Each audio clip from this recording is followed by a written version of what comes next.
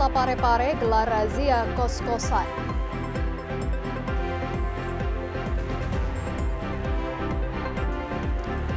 Unjuk rasa terkait pengembalian jenazah COVID-19 dibubarkan paksa.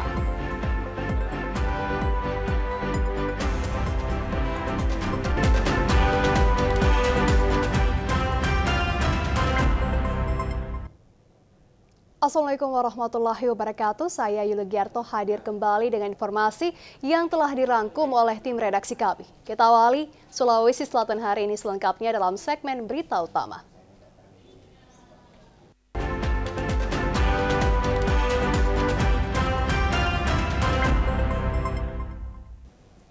Informasi pertama dari Kota Parepare sebagai upaya untuk meminimalisir penyakit di kalangan masyarakat di Kota Parepare, Satuan Polisi Pamong Praja Kota Parepare menggelar razia kos-kosan pada malam hari. Meski di tengah pandemi COVID-19 saat ini, Satuan Polisi Pamong Praja Kota Parepare tetap intens menggelar operasi justisi kependudukan dan razia kos-kosan di Kota Parepare. Puluhan personil Satpol PP Parepare dikerahkan dalam operasi tersebut. Razia kos-kosan yang dilakukan personil Satpol PP Parepare adalah menindaklanjuti laporan warga terkait maraknya muda-mudi bukan pasangan yang sah melakukan tindak kejahatan seksual dengan memanfaatkan rumah kos-kosan sebagai tempat berhubungan. Dalam operasi itu, petugas Satpol PP menemukan beberapa pasang muda-mudi yang bukan pasangan sah di dalam kamar di sebuah kos-kosan. Petugas mendata identitas mereka dan selanjutnya dibawa ke kantor Satpol PP Parepare untuk diberikan pembinaan dan surat peringatan agar tidak melakukan perbuatan itu lagi. Kita melaksanakan penertiban terhadap rumah-rumah kos dan beberapa wisma yang mana kita melakukan operasi justitusi kependudukan dan penyakit masyarakat. Ya, jadi ada beberapa pasang yang kita amankan untuk kita data dan dilakukan pembinaan. Selain merazia kos-kosan, petugas juga merazia sejumlah kafe dan warung kopi yang tidak menerapkan protokol kesehatan sebagai upaya memutus mata rantai penyebaran COVID-19 di Kota Parepare. Dari Kota Parepare, Amiruddin TVRI Sulsel melaporkan. Seorang bocah tewas tenggelam di sebuah permandian waterboom di Kota Parepare. Sebuah video amatir yang direkam warga saat seorang bocah dievakuasi dari dalam kolam renang menunjukkan seorang bocah yang masih berusia belasan tahun tengah mendapatkan pertolongan pertama dari petugas saat diketahui tenggelam di kolam renang permandian waterboom, Jalan Abu Bakar Lambogo, Kelurahan Ujung Baru, Kecamatan Soreang, Kota Parepare. Bocah itu dievakuasi dari dalam kolam karena terlihat tidak bergerak saat berada di dalam kolam. Kendati telah dilakukan pertolongan pertama, namun bocah tersebut tidak bisa terselamatkan hingga akhirnya meninggal dunia dan jenazahnya langsung dibawa ke rumah duka untuk disemayamkan. Pihak pengelola permandian waterboom Parepare, Supomo, mengemukakan pihaknya belum membuka permandian tersebut secara resmi karena masih dalam masa pandemi COVID-19. Hanya saja pengunjung tersebut memaksa untuk masuk dengan membayar tiket. Tenggelamnya di mana tadi Pak? Di sana. Di tengah? Ya, ada ke tengah, tapi kalau kedalaman itu nggak terlalu dalam Pak. Yang paling dalam sini. Ini yang paling dalam? Paling dalam sini, sana itu nggak dalam. Tapi, apalagi sebelah sana nggak dalam. Tapi intinya Pak, memang waterboom ini masih ditutup untuk umum? Masih tutup buat umum. Nah, sekarang mereka bisa masuk itu? Karena dia memaksa Pak. Memaksa masuk. Jadi mereka datang, korban datang ini dengan siapa Pak? Sama omnya. Sama omnya. 5 orang. Yang meminta masuk itu omnya? Iya. Itu berapa lama sampai dia tenggelam Pak? Kira-kira mereka bermain? Kurang tahu juga. Pengelola lagi pada saat itu di mana Pak? Pengelolanya lagi di mana? Bapak lagi di mana? Saya di depan nih, saya jaga pintu nih. Jadi tahunya tenggelam dari? Bapaknya sendiri teriak-teriak nih. Dia diangkat sama bapaknya sendiri. Terus apa yang dilakukan tadi Pak? Jadi pompa, dikasih napas buatan. Tapi udah nggak bisa. Ya, sampai tim medis datang pun nggak. Dan nggak tertolong ya? Bocah yang tewas tenggelam itu diketahui berstatus siswa sekolah dasar di Kota Parepare. Belum diketahui pasti apa penyebab tewasnya bocah ini, namun pihak kepolisian masih menyelidiki kejadian ini. Dari Parepare, Amiruddin TVRI Sulsel melaporkan. Aksi kejar-kejaran mewarnai pembubaran paksa unjuk rasa puluhan mahasiswa Kabupaten Bulukumba yang menuntut pengembalian jenazah dari kuburan Macanda di depan kantor DPRD Sulsel, Jalan Urip, Sumiharjo.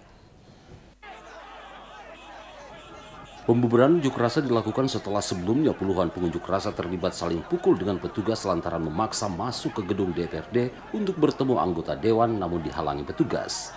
Akibatnya saling dorong hingga adu jotos pun tak terhindarkan lantaran mahasiswa mulai emosi saat dihalangi masuk ke dalam gedung kantor DPRD Sulsel. Unjuk rasa puluhan mahasiswa Bulukumba yang tergabung dalam aksi solidaritas kemanusiaan menggugat kembali mendatangi gedung DPRD Sulsel untuk yang kesekian kalinya. Dalam tuntutannya, para pengunjuk rasa meminta keadilan kepada anggota dewan di DPRD Sulsel untuk segera menyetujui pemindahan jenazah non-COVID almarhum istri Andi Basoryadi Mapasule dari pekuburan khusus COVID-19 di Macanda, Kabupaten Goa ke pekuburan keluarga di Kabupaten Bulukumba, Sulawesi Selatan. Dalam kericuan tersebut, sejumlah mahasiswa mengalami luka lebam akibat saling dorong dan mengancam akan kembali berunjuk rasa dengan massa yang lebih besar untuk mendesak pemerintah Provinsi Sulawesi Selatan melakukan pemindahan jenazah non-COVID tersebut. Mustamin Mustari, TVRI Sulsel melaporkan. Kita lanjutkan Sulawesi Selatan hari ini usai jeda berikut ini. Tetaplah bersama kami.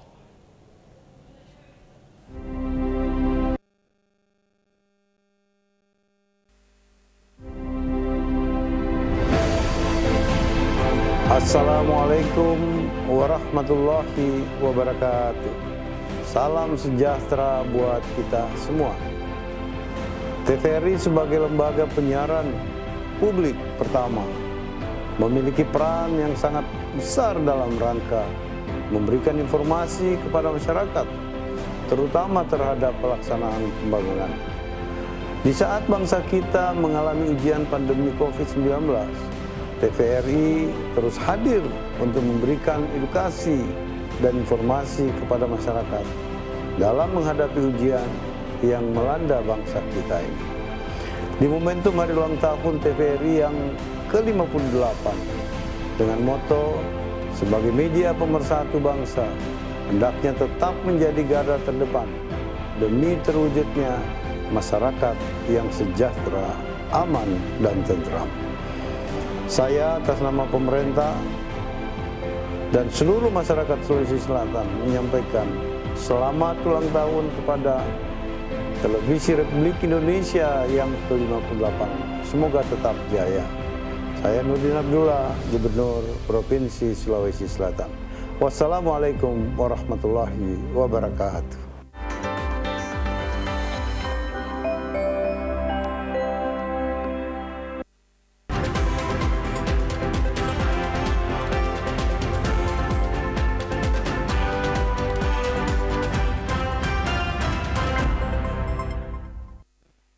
Selamat menjalani ibadah sholat maghrib bagi kaum muslim dan muslimin di Kota Makassar dan sekitarnya.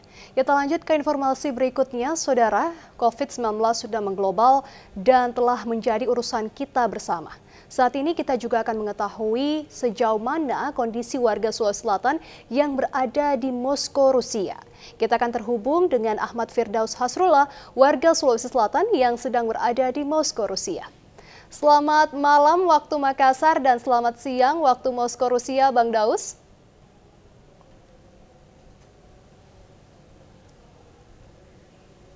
Oke, Bang Daus, boleh volumenya dibesarkan?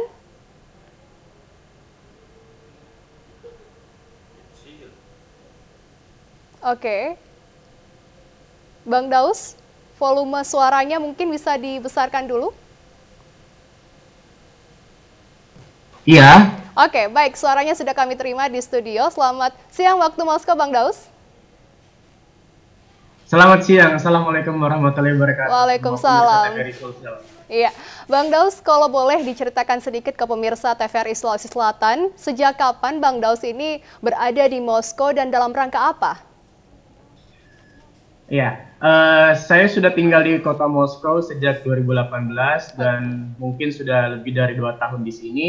Dan saya alhamdulillah salah satu penerima beasiswa dari Kementerian Pendidikan Rusia yang menempuh master di Fakultas Politik dan Ekonomi Dunia jurusan Asian Study. Jadi tahun depan adalah tahun terakhir saya sebagai mahasiswa di sini.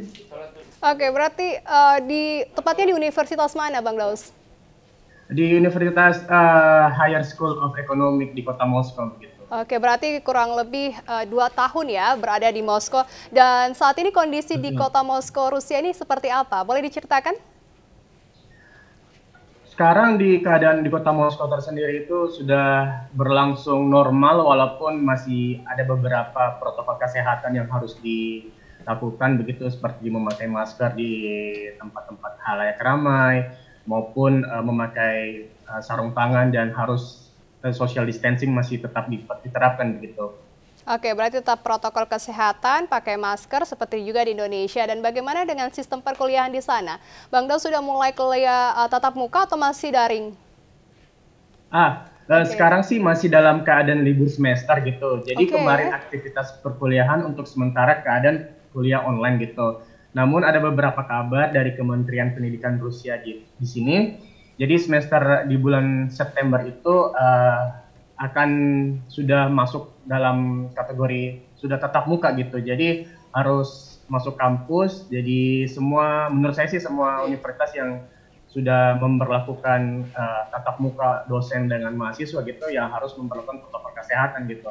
Seperti memakai masker gitu dan menempatkan semua hand sanitizer di sudut kampus ataupun di pintu gerbang atau keluar di gedung perkuliahan seperti itu. Oke, baik. Nah, kalau ini S2 berarti ambil masternya di Rusia. Kalau dari sekolah tingkat sekolah dasar hingga S1 ini dulunya Bang Daus sekolah di mana dan bisa diceritakan masa-masa sekolahnya di Indonesia? Kita kembali flashback dulu.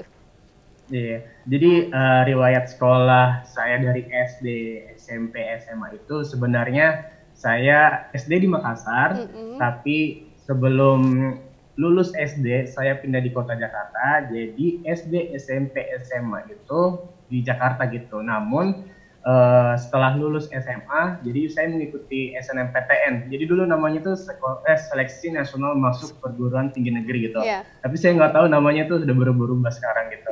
Jadi setelah masuk SNMPTN, alhamdulillah saya kembali ke Unhas dan melanjutkan sekolah di sana gitu.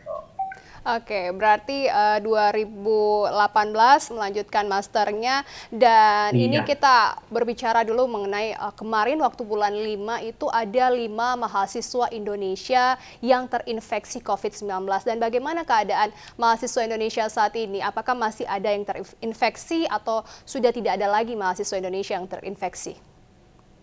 Ya, alhamdulillah mereka sudah sehat semua, jadi mereka sudah masuk karantina dan ditangani oleh dokter kesehatan di Rusia di sini gitu. Jadi mereka sudah dalam keadaan normal. Jadi kalau boleh dibilang mereka sudah beraktivitas seperti biasanya begitu. Oke, dan bagaimana dengan KBRI menanggapi hal tersebut? Apakah sampai saat ini KBRI masih mengkontrol mahasiswa Indonesia, warga Indonesia seperti itu? Iya, betul. Kedutaan Besar Republik Indonesia di Moskow sendiri itu mereka tetap mengontrol mahasiswa Indonesia ataupun orang Indonesia yang kerja ataupun tinggal di sini gitu.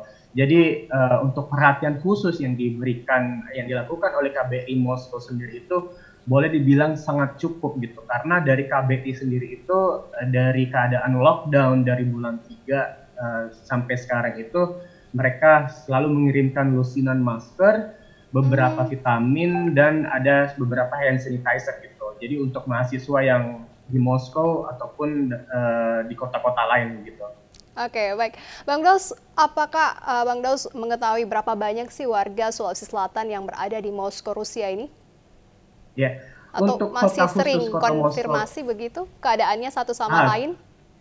Iya, sepengetahuan saya sih ada 6 atau 7 orang yang melanjutkan studi di kota Moskow begitu. Saya kurang tahu untuk di daerah Rusia, satu negara gitu, karena ini terlalu luas negaranya. Jadi seperti biasa kalau kita ketemu dengan orang Sulawesi Selatan ya paling kita ketemunya di KBRI gitu ataupun di tempat-tempat kafe gitu. Jadi walaupun sangat sedikit, jadi kita merasa kayak saling mengerti gitu. Kita kangen rumah gitu jadinya. Iya. Gitu. Ada grup WhatsApp nggak antar warga Sulawesi Selatan dan bagaimana kondisi mereka saat ini?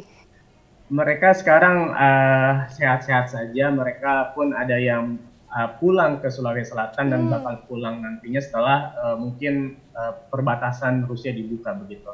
Oke, Bang Daus, kita mendengar kabar ini bahwa Rusia membuat vaksin anti COVID-19.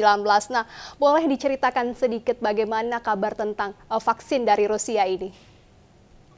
Oke, jadi Presiden Federasi Rusia Vladimir Putin itu mengumumkan pada 11 Agustus 2020 kemarin bahwa regulator kesehatan negara mereka telah menjadi yang pertama di dunia menyetujui vaksin corona itu untuk digunakan secara halayak luas atau halayak ramai gitu. Jadi vaksin tersebut menjalani uji coba pada tahap pertama itu pada 18 Juni 2020. Jadi vaksin uji coba pertama dan kedua pun mereka sudah lalui, tapi para ilmuwan di seluruh dunia itu seperti tidak membenarkan keputusan apa yang dilakukan oleh Rusia gitu, karena mereka itu terkesan terburu-buru dan berbahaya. Mengapa? Karena mengembangkan vaksin itu bukanlah tugas yang mudah gitu. Jadi vaksin itu perlu banyak diuji sebelum digunakan secara umum. Jadi vaksin untuk corona ini sebelum ke manusia pun ada norma-norma yang harus dipatuhi gitu. Jadi harus diuji ke hewan ataupun beberapa relawan yang harus sedia gitu untuk menjadi tempat untuk jadi relawan vaksin gitu. Oke, berbicara tentang relawan vaksin di Rusia, ini dengar kabar bahwa putri Presiden Rusia juga menjadi relawan untuk salah satu relawan vaksin di Rusia. Iya, betul. Jadi sebelum saya menjawab gitu, jadi ada beberapa alasan mengapa Presiden Federasi Rusia Vladimir Putin itu percaya bahwa Rusia itu mungkin telah memberikan terobosan yang perlu diberikan untuk melawan COVID-19 gitu. Pertama, Rusia benar-benar sangat aktif dalam lingkuran inovasi komunikasi, teknologi ruang angkasa, teknologi informasi gitu. Jadi kehebatan ilmiahnya pun meskipun tersembunyi, tapi mereka tuh sangat-sangat jitu gitu. Untuk membuat vaksin pun mereka percaya gitu. Dari infrastruktur sains, teknologi pun, dari cara pola pikir mereka pun pasti mereka percaya gitu. Dan pertanyaan tentang Putri Vladimir Putin ataupun keluarga mereka itu, iya mereka itu menjadi relawan ya untuk salah satu vaksin yang mereka terima gitu, dan akhirnya mereka pun sehat gitu. Jadi ini pun membuat kepercayaan masyarakat Rusia ini tinggi gitu terhadap vaksin di sini gitu. Oke, baik, kita berbicara vaksin ini mungkin sudah cukup dari penjelasan Bang Daus, dan kalau ini Bang Daus tadi mengatakan bahwa saja menerima beasiswa dari Kementerian Pendidikan di Moskow untuk melanjutkan masternya, dan kalau boleh diceritakan berapa banyak fasilitas di Moskow Rusia untuk mahasiswa Indonesia agar bisa mendapatkan beasiswa ke sana itu bisa melalui beasiswa apa saja? Karena mungkin masih banyak mahasiswa di Indonesia yang juga ingin melanjutkan studinya ke sana. Iya, jadi jika teman-teman atau pemirsa TVRI Sulsel ingin meneruskan pendidikan di sini gitu, tentunya dengan aktif mencari tahu asal-usul beasiswa gitu yang diminati. Jika berminat mungkin bisa menyanggupi persyaratan yang mereka buat, karena ada beberapa calon beasiswa yang kandas karena ada beberapa dokumen yang tidak lengkap ataupun kurang lengkap gitu. Dan yang paling penting adalah jikapun teman-teman atau pemirsa TVRI ingin melanjutkan sekolah di Rusia, jadi mereka tuh harus membuka pikirannya gitu bahwa Rusia itu sudah bukan negara komunis gitu yang biasanya diberitakan seperti itu. Karena di sini tuh sudah banyak toko Apple, McDonald's, KFC ataupun produk-produk yang biasa dijumpai di Indonesia gitu. Jadi jangan takut untuk melanjut kuliah di sini gitu. Oke, ada berita atau ada informasi yang saya baca bahwa saja untuk melanjutkan kuliah di Rusia itu salah satu kendalanya itu bahasa, dan kalau ingin melanjutkan kuliah atau studi di Rusia harus memerlukan 1 tahun untuk belajar bahasa Rusia. Apakah Bang Daus juga seperti itu? Iya, sangat betul sekali. Karena sebelum melanjutkan ke tahap masuk universitas, itu kita harus belajar bahasa dalam 1 tahun gitu. Jadi untuk mengetahui bahasa mereka, jadi 1 tahun itu kebetulan saya cukup gitu untuk memahami bahasa mereka, huruf-huruf mereka, jadi kalimat-kalimat mereka gitu, apa yang mereka bilang gitu. Jadi 1 tahun itu cukup untuk belajar bahasa Rusia. Oke, berarti kalau boleh dibilang bahwa Bang Daus ini sudah bisa lah bahasa Rusia. Kalau begitu boleh disapa dulu keluarganya yang ada di Sulsel dengan bahasa Rusia. Aduh. Kata apa kabar gitu, apa kabar Papa Mama? Здравствуйте, как дела? Фамилия, я сейчас, я хорошо, но сейчас я учился в Москве, все в порядке, но спасибо за внимание. Oke, ternyata orang tua Bang Daus juga lagi menyaksikan Sulawesi Selatan hari ini. Dan kalau untuk biasanya komunikasi dengan orang tua di sini, keluarga di sini pasti melalui via aplikasi baik itu yang Zoom ya kan. Dan kalau boleh diceritakan kondisi keluarga di Sulsel ini seperti apa? Menonton Bang Daus ini.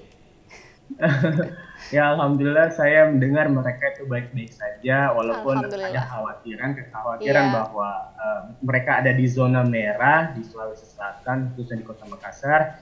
Jadi untuk keluarga saya ataupun teman-teman saya ya saya tahu keadaan saya di sana itu tidak baik-baik saja, setidaknya jika ada keperluan yang tidak penting ataupun tidak mendesak setidaknya di rumah saja dan selalu menjaga jarak, cuci tangan ataupun rutin gitu menjaga gaya hidup dan paling penting itu rajin olahraga sih sebenarnya. Oke, terakhir nih Bang Daus, pesan untuk anak-anak baiknya di Sulawesi Selatan maupun Indonesia yang ingin melanjutkan studi ke Rusia ini dan juga mungkin ada pesan untuk teman-teman yang ada di Sulawesi Selatan, boleh disampaikan? Iya, untuk teman-teman yang masih ingin melanjutkan kuliah di sini ya tetap semangat bahwa rezeki itu tidak harus berbentuk materi, rezeki juga pasti berbentuk kesehatan, jasmani dan rohani ataupun mendapatkan rezeki seperti saya ya teman-teman harus tetap semangat, jangan pantang menyerah. Oke, baik Bang Daus, 1 tahun lagi, kurang lebih 1 tahun lagi bisa kembali ke Indonesia ya Bang Daus ya, membawa gelar master dari Moskow, Rusia. Tetap jaga kesehatan Bang Daus di sana dan selamat belajar dan sampai jumpa Bang Daus. Terima kasih atas waktunya. Dan saudara kita lanjutkan informasi Sulawesi Selatan hari ini dalam segmen Sulsel Membangun berikut ini.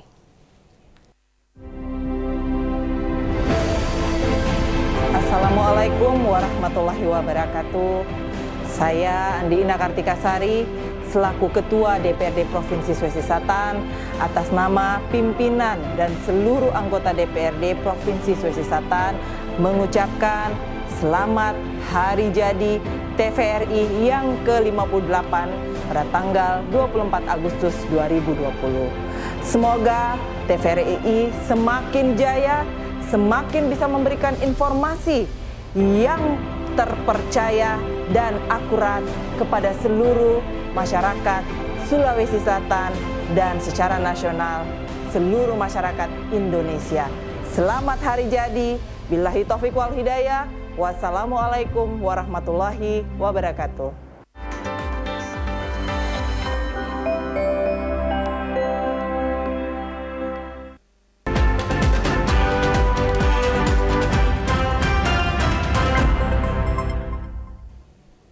Musabaqah Tilawatil Quran ke-31 tingkat Provinsi Sulawesi Selatan digelar di Kabupaten Pangkajene dan Kepulauan. Ini kali pertama MTQ digelar secara virtual karena adanya pandemi COVID-19. Pelaksanaan Musabaqah Tilawatil Quran ke-31 tingkat Provinsi Sulawesi Selatan berlangsung secara virtual di tengah pandemi COVID-19.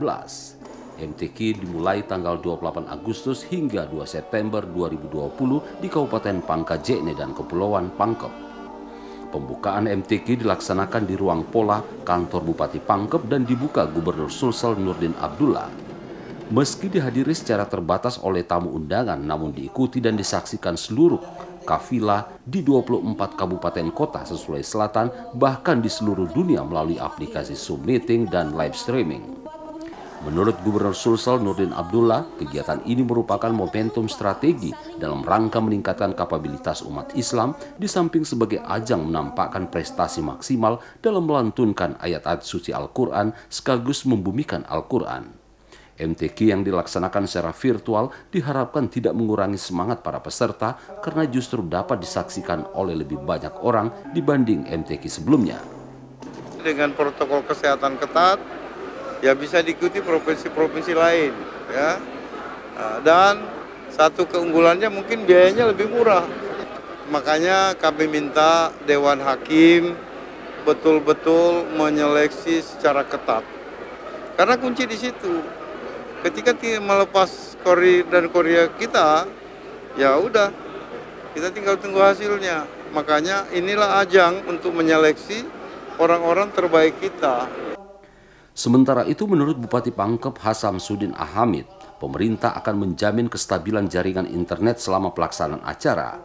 MTQ kali ini diikuti 1.035 peserta yang mempertandingkan 8 cabang lomba dan terbagi dalam 22 golongan cabang lomba dengan penilaian 30 anggota Dewan Hakim. Musabaqah Tilawatil Quran ke-31 tingkat Provinsi Sulawesi Selatan digelar secara virtual untuk pertama kalinya guna mencegah penyebaran COVID-19. MTQ ini pun dinilai bisa menjadi rujukan bagi daerah lain dalam menggelar musabaqah mengingat pandemi COVID-19 masih melanda dunia. Erik Ita melaporkan. Universitas Muhammadiyah Makassar melibatkan berbagai perguruan tinggi Muhammadiyah dan institut di sejumlah daerah untuk menyukseskan seluruh program kerjanya. Melalui hasil rapat yang digelar, Civitas Akademika Universitas Muhammadiyah Makassar menghasilkan berbagai rencana program kerja untuk tahun ke depan. Agar rencana kerja tersebut dapat terlaksana dengan baik, maka Universitas Muhammadiyah Makassar melibatkan dan menjalin kerjasama dengan berbagai perguruan tinggi Muhammadiyah di daerah lain seperti Universitas Muhammadiyah Bengkulu, Universitas Muhammadiyah Kudus, Universitas Muhammadiyah Jakarta, dan Institut Agama Islam Muhammadiyah Kota Mobagu, Sulawesi Utara. Wakil Rektor 2 Universitas Muhammadiyah sekaligus Ketua Panitia Rapat Kerja Unismu Makassar, Dr. Andi Sukri Samsuri M.Hum mengatakan, meski di tengah pandemi COVID-19, Universitas Muhammadiyah Makassar tetap melakukan rapat kerja dan penandatanganan kerjasama beberapa perguruan tinggi secara virtual sebagai salah satu pemberlakuan protokol kesehatan. Rapat kerja ini memang kita laksanakan ini dalam waktu yang sangat padat ya, karena antara pelantikan rektor dengan raker ini memang hanya berselang berapa lama, karena memang aturannya 1 September oleh Majelis Dikti itu kita anggaran baru, sehingga betul-betul pekerjaan ekstra dari teman-teman. Memang sebelum kita melaksanakan raker ini kita telah menyusun semacam rancangan program, tetapi mengikuti arahan Pak Rektor yang saat pelantikan bahwa kita berbasis akreditasi.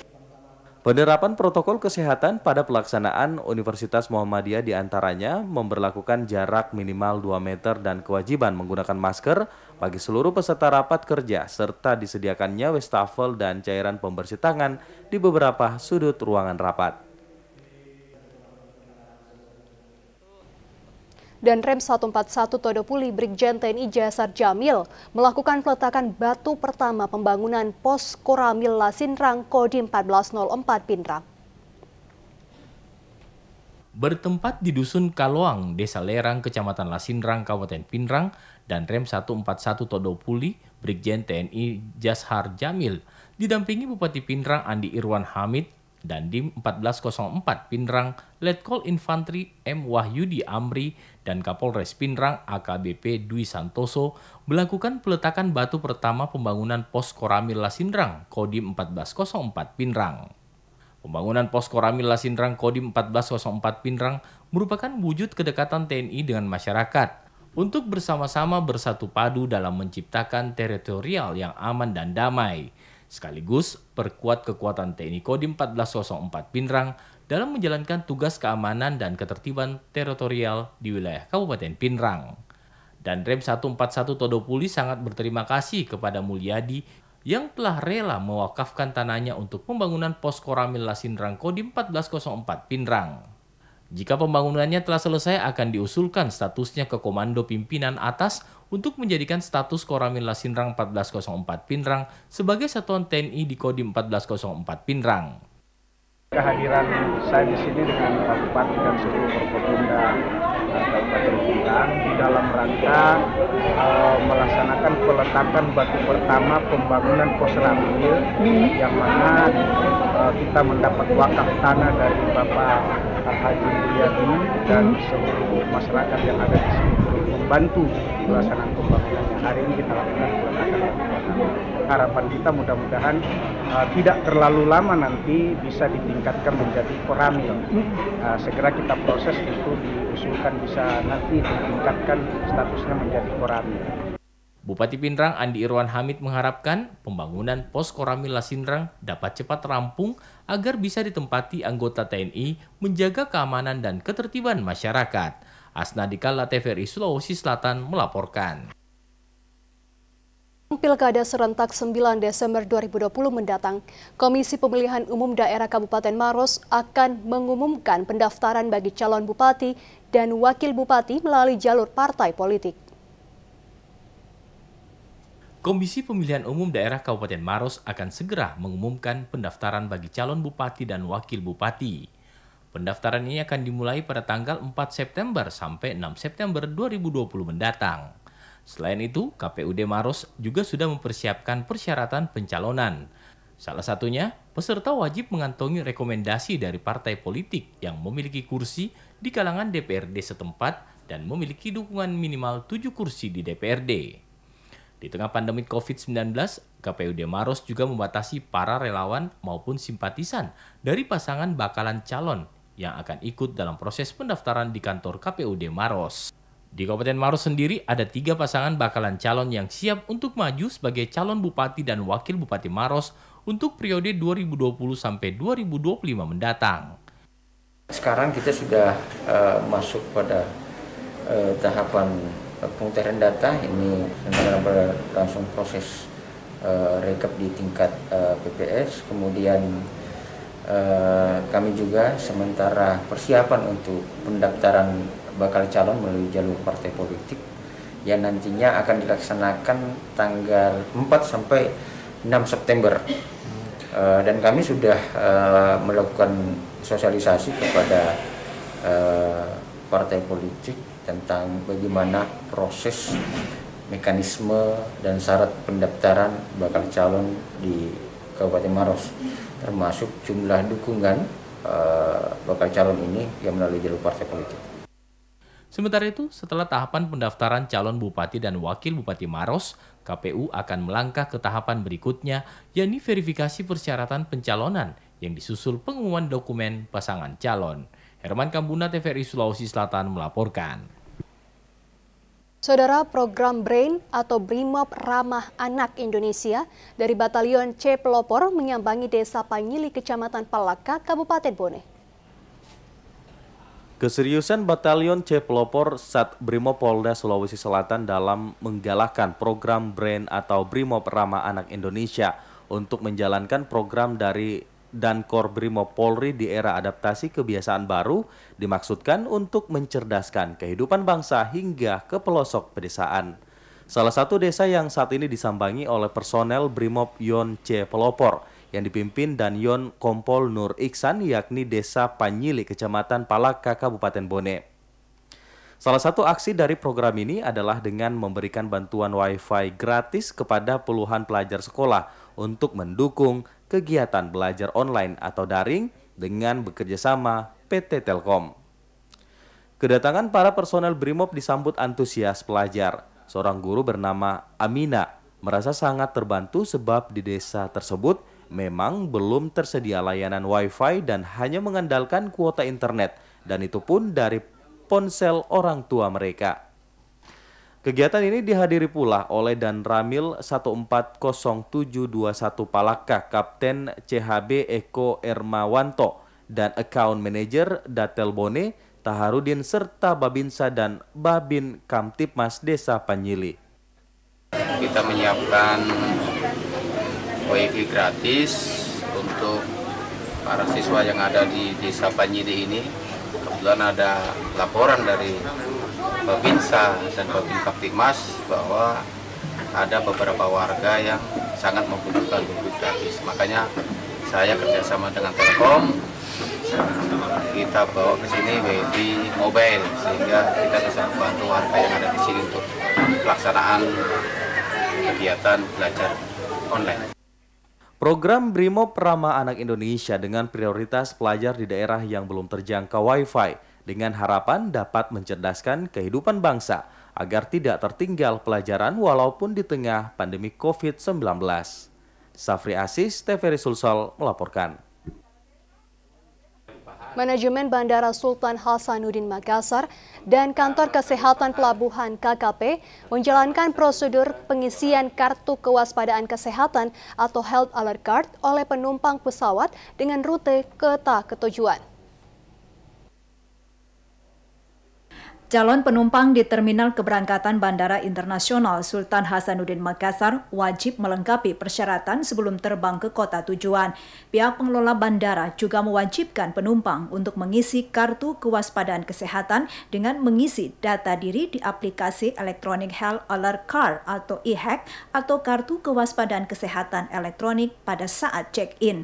Penumpang merasa cukup terbantu dengan penggunaan kartu kewaspadaan kesehatan elektronik ini dengan kemudahan yang terdapat dalam aplikasi, sebab penumpang mengaku tidak sulit dan tak perlu lagi menggunakan kertas dan lebih simpel dalam proses pengisian berkas persyaratan saat di posko kesehatan bandara.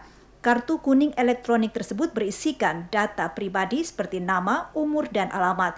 Selain itu, dalam kartu kuning itu juga berisikan riwayat perjalanan 2 minggu terakhir, kemudian suhu tubuh terakhir, nomor penerbangan. Kalau menurut saya sih lebih simpel. Iya. Lebih soalnya simple. Udah elektronik kan. Iya. Yang pertama nggak perlu ngeprint kertas lagi kan, jadinya lebih ribet. Iya. Nah itu ya lebih simpel lah, tinggal dalam genggaman. Selain aplikasi ada persyaratan lain Pak yang harus dipenuhi? Kalau pengalaman sih nggak ada. Nggak ada. Dikasih 2 pilihan, mau ngisi yang surat atau yang aplikasi. Penggunaan aplikasi e-hack demi memudahkan tracing apabila ditemukan kasus penumpang yang terjangkit COVID-19 dan mengurangi antrian panjang penumpang di posko pemeriksaan kesehatan di Bandara Internasional Sultan Hasanuddin Makassar. Dari Maros, Herman Kambuna melaporkan. Pasukan Pangkalan Utama TNI Angkatan Laut Lantamal 6 Makassar berhasil menyergap dan melumpuhkan kelompok penyusup yang masuk dan menguasai salah satu gedung di markas komando di Kota Makassar. Sekelompok orang tak dikenal mendadak muncul dari laut dan berusaha mengacaukan suasana di Mako Lantamal 6 Makassar dan memasang bom di ruang Kajuala Lido Mako Lantamal 6. Tapi dalam waktu singkat, penyusup tersebut berhasil disergap dan dilumpuhkan oleh tim pasukan marinir Lantamal 6 yang diwarnai serangkaian aksi baku tembak di sejumlah titik.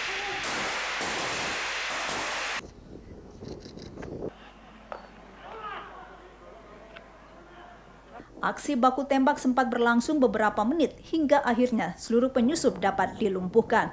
Sedangkan untuk menetralisir gedung yang sempat dikuasai kelompok penyusup selama beberapa saat, pimpinan Lantamal 6 memutuskan untuk meminta dukungan dan bantuan kepada tim Jihandak Yon Sipur 8 Makassar setelah sebelumnya ditemukan sebuah paket mencurigakan milik kelompok penyusup.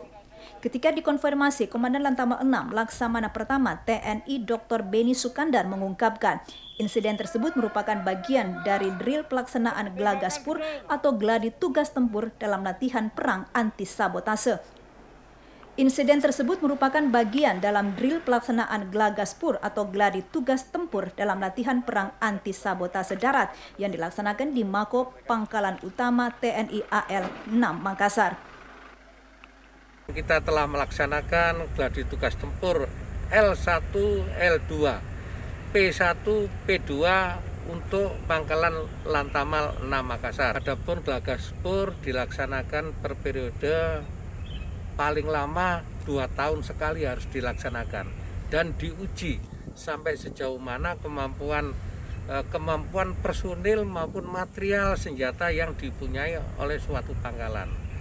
Demonstrasi ini merupakan latihan yang diperankan para prajurit Lantamal 6 dari Yon Marharlan atau Batalion Marinir Pertahanan Pangkalan 6 yang didukung prajurit Yon Sipur 8 Makassar.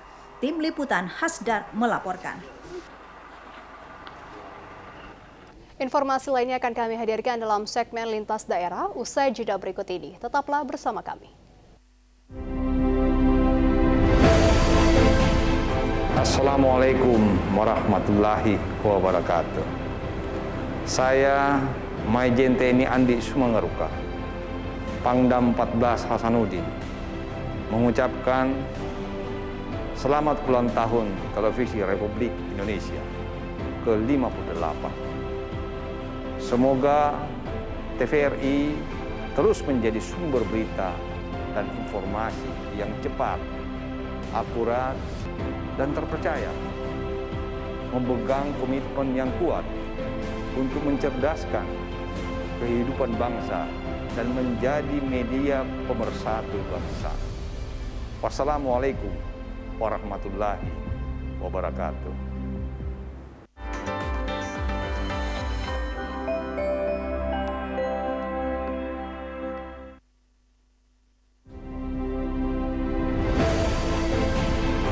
Assalamualaikum warahmatullahi wabarakatuh. Saya Kasodi Rasad, Bupati Sopeng, menyampaikan selamat ulang tahun LPP TVRI ke-58. Tentu saya beserta seluruh masyarakat Kabupaten Sopeng senantiasa merespon baik atas pemberitaan-pemberitaan TVRI. Banyak hal yang telah diberikan kepada masyarakat, informasi yang update, yang mana semua ini sangat bernilai positif bagi masyarakat Kabupaten Sopeng. Dirgahayu LPP TVRI ke-58, sukses selalu, semangat. Terima kasih. Assalamualaikum warahmatullahi wabarakatuh.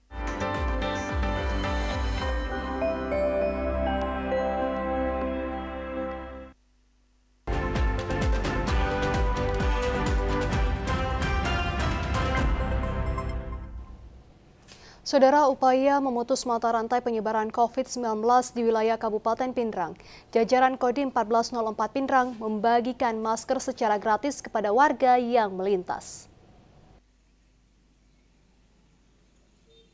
Jajaran Kodim 1404 Pindrang bersama petugas gugus tugas percepatan penanganan COVID-19 daerah Pindrang membagikan masker kain secara gratis kepada warga yang beraktivitas di jalan raya yang tidak menggunakan masker. Dandim 1404 Pindrang, Letkol Infantri M. Wahyudin Amri mengatakan TNI Polri sebagai satu kesatuan dalam gugus tugas percepatan penanganan COVID-19 daerah Pindrang terlibat langsung dalam program penanganan COVID-19 dengan membagikan masker kain gratis sebanyak 300 lembar di 4 posko masker point didirikan. Dijelaskan, pemberian masker gratis oleh petugas posko masker point merupakan wujud kepedulian TNI Kodim 1404 Pindrang agar warga selalu berperilaku new normal sekaligus menjadikan Kabupaten Pindrang tetap berada pada zona hijau dengan tingkat penularan COVID-19 berisiko rendah. Dan pemberian masker gratis akan berlangsung selama sebulan dan akan dievaluasi pelaksanaannya oleh Ketua Satuan Tugas Penanganan COVID-19 daerah Pindrang. Masker ini gratis. Kita harapkan masyarakat punya kesadaran mengambil masker di masker point dan masyarakat mempunyai kesadaran untuk menggunakan masker kapanpun dan dimanapun. Berlangsung berapa hari? Kita merencanakan melaksanakan ini untuk sebulan ke depan. Setiap minggunya akan melakukan evaluasi yang akan dipimpin oleh Kasatgas. Bagi warga yang sudah terdata pernah diberikan masker di posko masker point, ditemukan tidak menggunakan masker akan diberikan sanksi sosial. Asnadi Kala melaporkan. Demi meningkatkan kesadaran masyarakat di Bumi Arung Palaka, Kabupaten Bone, Kodim 1407 didirikan posko untuk masyarakat bisa mendapatkan masker secara gratis setiap harinya. Beginilah cara Kodim 1407 Bone meningkatkan kesadaran masyarakat utamanya di sekitar Pasar Sentral Bumi Arung Palaka, Kabupaten Bone dengan mendirikan posko untuk masyarakat bisa mendapatkan masker secara gratis setiap harinya dengan target 100 masker per hari. Menurut Dandim 1407 Bone, Letkol Kavaleri Budiman, apa yang dilakukan bersama jajarannya adalah perintah Kepala Staf Angkatan Darat, utamanya di masa pandemi COVID-19 agar dapat membantu masyarakat untuk memutus penyebaran COVID-19. Dandim yang didampingi Pasi Intel Letu Infantri Darlis dan Pasi Ops Letu ARH Darwis langsung membagikan masker dengan sebagian diantaranya dikenakan kepada masyarakat yang kebetulan lewat maupun masyarakat yang ada di sekitar posko. Selain itu juga diberikan edukasi bagaimana bisa menekan penularan COVID-19 dengan jumlah 53 warga Bone yang dinyatakan positif COVID-19, di mana semuanya telah dinyatakan sembuh. Pemerintah dibantu TNI dan Polri berupaya untuk tidak ada lagi penambahan atau klaster baru terpapar COVID-19. Selain posko yang didirikan sekitar Makodim 1407 Bone, ada 6 posko lainnya yang juga membagikan masker secara gratis dan satu dengan sistem mobile. Membuat posko, yaitu posko pembagian masker gratis di 1407 Bone. Hal ini bertujuan untuk meningkatkan kesadaran masyarakat dalam memakai masker. Karena kita lihat khususnya di pasar sentral ini, kalau kita lihat masih banyak masyarakat yang mengabaikan dalam memakai masker dan mencuci tangan. Oleh karena itu kami menghimbau kepada masyarakat, khususnya yang ada di seputaran pasar sentral ini, untuk selalu memakai masker dan mencuci tangan. Ya, kami siapkan fasilitasnya sebelum mereka masuk ke posko kita untuk mendapatkan masker secara gratis. Dandim 1407 Bone juga memerintahkan jajarannya, baik Koramil maupun Babinsa, agar selalu waspada kepada warga pendatang dari wilayah zona merah. Safri Asis, TVRI Sulawesi Selatan melaporkan. Sopai Toraja Utara turun langsung ke jalan untuk mengimbau masyarakat agar tetap mematuhi protokol kesehatan selama pandemi COVID-19. Pandemi COVID-19 masih belum berlalu. Untuk itu, Satuan Polsek Sopai Toraja Utara terus melakukan edukasi ke masyarakat. Dengan turun ke jalan agar warga tetap mematuhi himbauan pemerintah sesuai instruksi Presiden Republik Indonesia nomor 6 tahun 2020 tentang protokoler kesehatan pandemi COVID-19 yang dimana menghimbau seluruh masyarakat wajib menggunakan masker, cuci tangan, dan jaga jarak. Babin Kamtipmas Polsek Sopai Polres Toraja Utara Yusran Patahang SH mengharapkan masyarakat untuk senantiasa menerapkan protokoler kesehatan sesuai instruksi Presiden kepada setiap kabupaten. Untuk itu kami diinstruksikan langsung oleh Kapolri melalui Polres Toraja Utara dan Kapolsek Sopai untuk menekankan seluruh lapisan masyarakat yang ada di Sopai untuk membiasakan diri ketika beraktivitas di luar rumah agar menerapkan protokoler kesehatan. Kami setiap harinya dalam waktu 2 minggu ini akan melaksanakan terus himbauan dan penekanan kepada seluruh lapisan masyarakat, utamanya bila mana ada acara-acara, dan kita sudah koordinasi dengan beberapa pemerintah Lembang, kecamatan, dan pihak kesehatan Puskesmas Sopai untuk bersinergitas bersama dengan TNI juga dan beberapa tokoh-tokoh masyarakat, tokoh adat, untuk sama-sama menyampaikan dan menekankan kepada masyarakat akan sadar untuk mengikuti protokol kesehatan new normal COVID-19. Satuan Polsek Sopai juga membagikan masker kepada masyarakat yang melintas. Hal ini dilakukan demi dapat mencegah penyebar luasan COVID-19 khususnya di wilayah Toraja Utara Sopai. Dari Toraja Utara, Andi Malrangang melaporkan. Sekolah Dasar Impres 12/79 Macanang Kabupaten Bone mengenalkan pembelajaran tatap muka di era COVID-19 dengan melibatkan para orang tua murid dan komite sekolah serta pengawas SD wilayah kecamatan.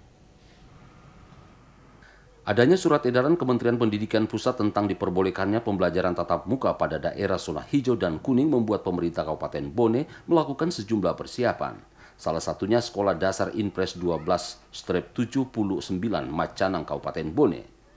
Pihak sekolah pun menggelar sosialisasi tentang kesiapan pembelajaran tatap muka di masa pandemi COVID-19 dengan mengundang para orang tua murid, pengurus komite sekolah, serta pengawas sekolah dasar wilayah Kecamatan Tanah Riatang Barat.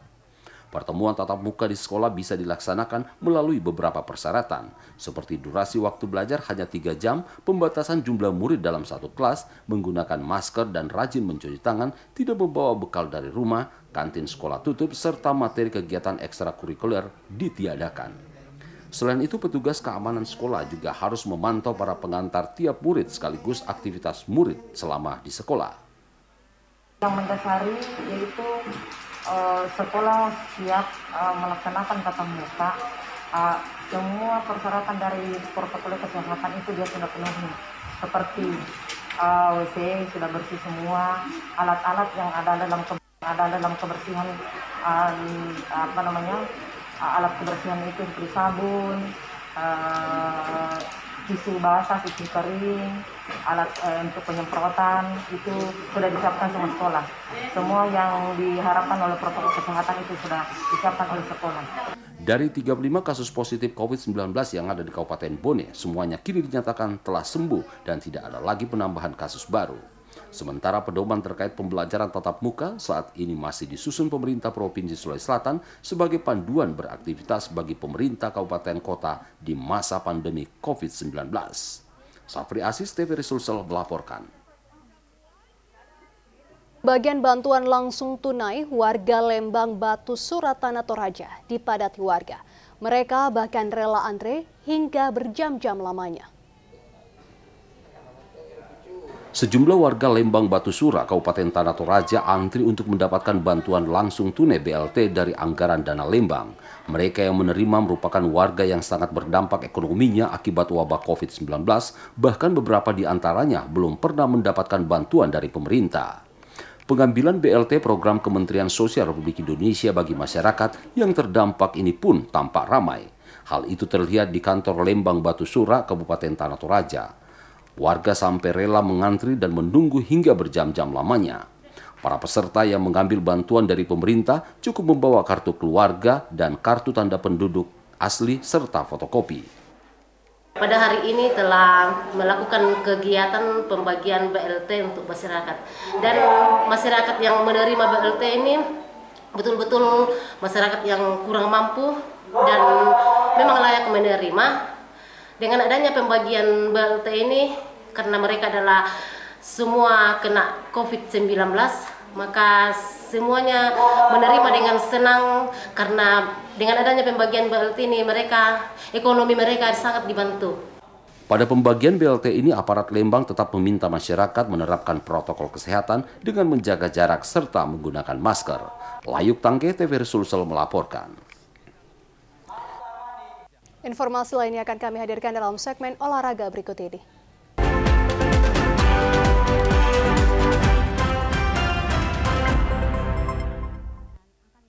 Laga eksibisi atau pertandingan persahabatan sepak bola dilaksanakan dua korps Bayangkara, yakni Polres Bone versus Polres Pelabuhan Makassar, yang dimenangkan oleh tim tuan rumah Polres Bone.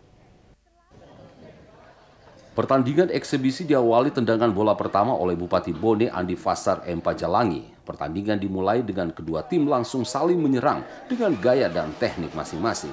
Mereka melakukan laga persahabatan untuk lebih mempererat silaturahim sama Polri, di mana personil Polres Pelabuhan Makassar umumnya yang pernah bertugas di Polres Bone, termasuk Kapolres Pelabuhan Makassar, AKBP Muhammad Kadar Islam Kasim, yang turut bermain dengan mengenakan kaos nomor 15 bertuliskan Icang. Selain Kapolres Bone selaku tuan rumah, juga laga persahabatan disaksikan oleh Bupati Bone dan Dim 1407 Bone, Ketua DPRD Bone dan Kadis Pemuda dan Olahraga Bone. Skor awal 1-0 oleh tim FC Polres Pelabuhan Makassar menjadikan tim FC Polres Bone tidak ingin dipermalukan di kandang sendiri dan akhirnya mencetak 2 gol. Yang menarik dari laga persahabatan ini dikarenakan adanya kelompok remaja atau tim supporter Polres Bone ikut menyemarakan pertandingan dengan bernyanyi sambil bergoyang, namun dalam setiap teriakan dan nyanyian yang didengarkan tidak menjatuhkan satu dengan lainnya. Harapan selanjutnya tim FC Polres Bone bisa membalas kunjungan Polres Pelabuhan dengan bertanding ke Makassar sehingga jalinan silaturahim tidak terputus. Safri Asis, TVRI Sulsel mewartakan. Kopi, informasi berikut ini akan ada kopi Baseang Pinrang. Dari informasi berikutnya dalam segmen Rona-Rona.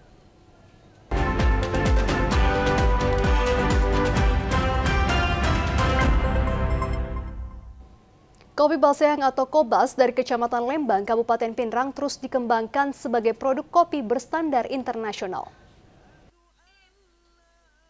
Untuk mewujudkan kopi Baseang sebagai salah satu produk kopi berstandar internasional, pengelola Kobas Kabupaten Pindrang terus mengembangkan kopi Baseang dengan mempertahankan kualitas kopi Baseang agar natural dan tidak mengandung unsur zat kimia. Pengelola Kobas, Isra, mengatakan kopi Baseang sudah layak menjadi produk kopi internasional untuk diekspor ke luar negeri dengan tujuan Maroko dan Jepang yang telah berminat berinvestasi dan membutuhkan ribuan ton kopi Baseang. Hanya kendalanya, hasil kopi Baseang dari petani belum dikelola secara profesional yang membuat hasil kopi tidak terlalu maksimal, sehingga diminta peran serta penyuluh pertanian pemerintah Kabupaten Pindrang untuk memberikan edukasi kepada petani kopi Baseang dan daerah sekitarnya. Kopi Baseang diproduksi dalam bentuk kopi Robusta dan sudah mengikuti sejumlah pameran kopi di sejumlah kota besar dalam negeri yang menyebabkan kopi Baseang menjadi salah satu produk kopi dari Sulawesi Selatan yang dikenal masyarakat Indonesia selain kopi Toraja dan kopi Endrekang. Tahun lalu bahkan diundang ke Istana Negara Wakil Presiden. Untuk saat ini kami produksi jenis kopi Robusta dan Arabica. Cuman yang lebih dominan kami produksi itu jenis Robusta yang asalnya dari Desa Baseang, Kecamatan Lembang, Kabupaten Pindrang. Apresiasi besar dan kepercayaan besar yang diberikan kepada kami untuk mengikuti salah satu kegiatan Halal Bihalal 2009 yang lalu. Kami diundang langsung oleh tim dari Pak Wapres, Pak Yusuf Kalla, dan semoga kedepannya masih jangankan ke istana, ke luar negeri pun insya Allah kami siap.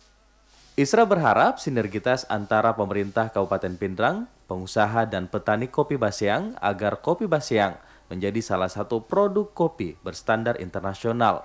Selain itu, sejumlah komunitas juga dilibatkan untuk membantu memasarkan kopi Baseang. Terima kasih Anda telah menyaksikan Sulawesi Selatan hari ini. Kami himbau untuk terus menerapkan protokol kesehatan, memakai masker, menjaga jarak, dan juga mencuci tangan dengan sabun maupun cairan antiseptik. Saya Yuli Giarto mewakili kerabat kerja yang bertugas mengucapkan terima kasih atas kebersamaan Anda. TVRI, Media Pemersatu Bangsa, sampai jumpa.